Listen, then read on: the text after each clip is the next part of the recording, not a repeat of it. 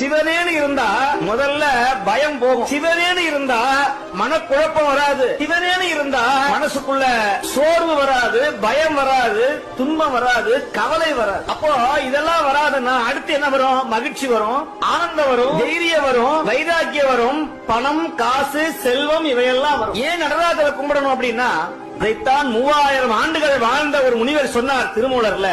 எங்கும் சிதம்பரம், எங்கும் திருநட்டம், எங்கும் திருமேனி என்று சொன்ன. முதல்ல யாரை வணங்கணும்? சிவபெருமானை தவிர வேற யாரையும் வணங்க வேண்டிய அவசியம் இல்லை. இப்ப நிறைய பேர் எல்லாரும் வேற எங்கேயோ போறாங்க. மாயம், மந்திர வித்த, அதே மாதிரி மக்களை ஏமாத்துறதுக்கான பூஜைகள், பரிகாரம் செய்யறங்கிறது. உடனே நாங்க காசியில இருந்து வந்திருக்கிறோம், இமயமலையில இருந்து வந்திருக்கிறோம், இந்த மாலையை போடுங்க, அந்த மாலையை போடுங்க அப்படின்னு சொல்லி மக்களை அவங்களை செயல்பட விட முடியாம யார்ட்டையாவது போய் சொல்லி ஏதாவது நல்லது செய்வாரான்னு போனா அங்க மாட்டிக்கிறோம்.